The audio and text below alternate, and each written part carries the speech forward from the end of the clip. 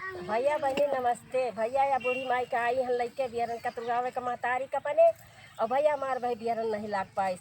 दीदी बहनी नमस्ते सबके। और हमार बियरन लगवा दियो भाई, हमार लाग नहीं पावत। और भैया गाना गावे जाए थी हन, नीक लागे तो लाइक कमेंट कर दी हो भैया।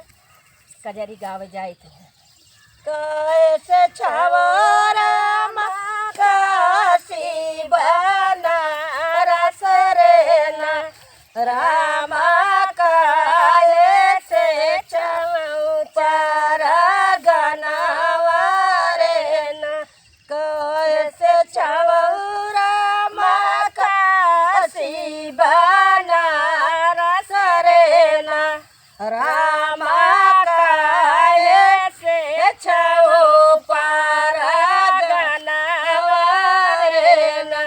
बसवा से छवौरा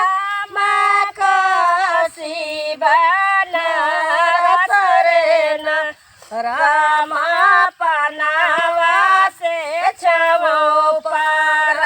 गनावा रे ना रामा पनावा से छवौ पर गनावा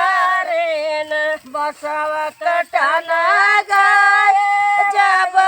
राजा दशरथ रे ना रामा गाड़ी गैया गुरिया बीचे काट रे ना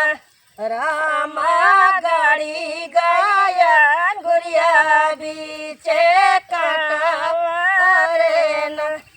अंगूरी कई पीरा लाइके बौड़े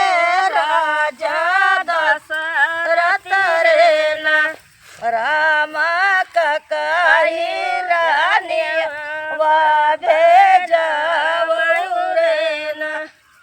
आई रानी ककही पलंग चढ़ी बैठी रे ना रामा रही लगी अंगूरी कई पीरावा रे ना आई रानी ककही चढ़ी बैठी रे ना रामा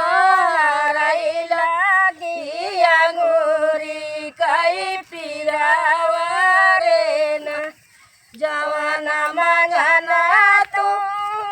मांगे रानी ककही रे ना रानी वाही मांगना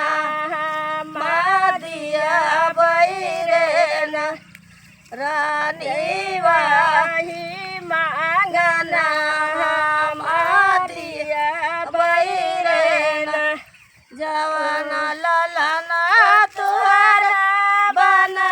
कैसी करवा रे ना राजा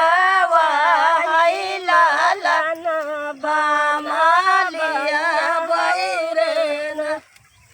मांगो तो ककही रे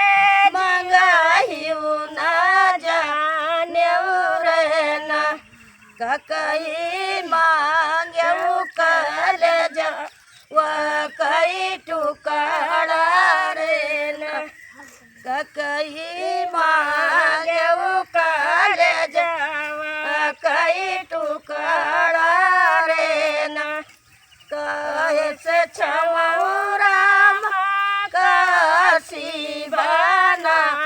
रस रे ना रामा